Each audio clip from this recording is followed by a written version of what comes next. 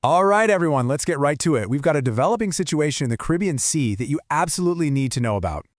This is a DGHradio.com news and information weather review, and we're going to break down everything you need to know right now. We're talking about a storm that's about to form, and we'll cover the dangers that are already popping up along our coasts.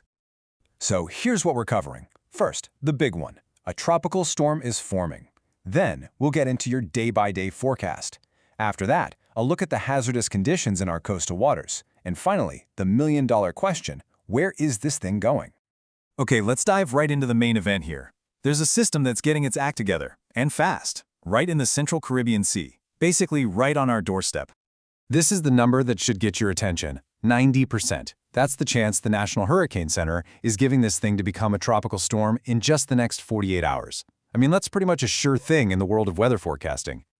So what are we looking at exactly? Well, its official name for now is Invest AL98.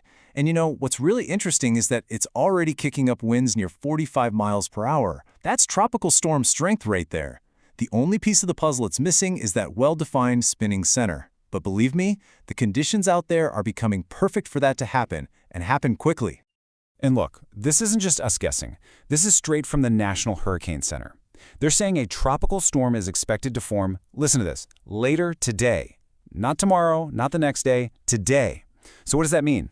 It means the time to be aware, to be prepared, is right now. Okay, so a storm is forming.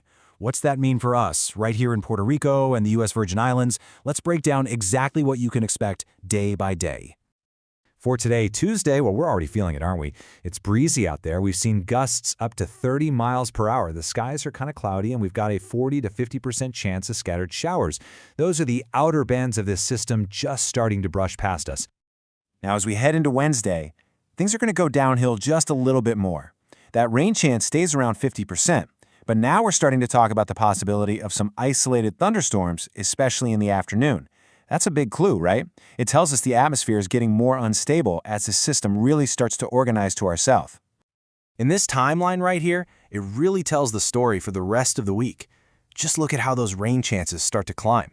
By Thursday night, we're looking at a 70% chance of numerous showers. And that wet, stormy pattern, it looks like it's going to stick around right through the weekend. The message here is pretty clear. Get ready for a good long stretch of some very unsettled weather. All right, now I want to shift gears to something that's an even more immediate threat. You know, even before this storm is officially a storm, its influence, plus a northerly swell, is creating some seriously life-threatening conditions along our coast. This is happening right now. We have two major warnings you need to know about. First up is a high surf advisory for those north-facing beaches. That means dangerous, large breaking waves, and yes, some beach erosion is possible. But the second one, this is even more widespread, a high rip current risk. This is affecting most of our beaches. And folks, this is the kind of danger that can pull even the strongest swimmers right out to sea in a heartbeat. And when we talk about high surf, just to give you an idea of what we're dealing with, we are talking about breaking waves of up to 11 feet. Can you picture that? That is incredibly powerful, incredibly dangerous stuff. The advice from the National Weather Service couldn't be more direct. Stay out of the water. Just stay away from the shoreline. Okay, this next part could literally save a life, so please listen closely. If you ever get caught in a rip current, the number one thing to do is stay calm. I know it's hard, but don't fight the current head-on. You'll just wear yourself out. Instead, you want to swim parallel to the shore, out of the current's pull. Once you're free, then you can swim back to shore at an angle. And if you just can't escape, float, tread water, and yell and wave for help. All right, so this brings us to the big one, right? The question on everyone's mind. We know a storm is forming, we know about the immediate impacts, but where is this thing actually going to go? This is a quote directly from the forecasters at the National Weather Service in San Juan, and it's so important. They're telling us flat out that their confidence in the long-term track is low to moderate. And you might ask, why is that? Well, it's because the supercomputers that run the forecast models, they just can't agree. They're showing very different possibilities. And here's a perfect example of why there's so much uncertainty.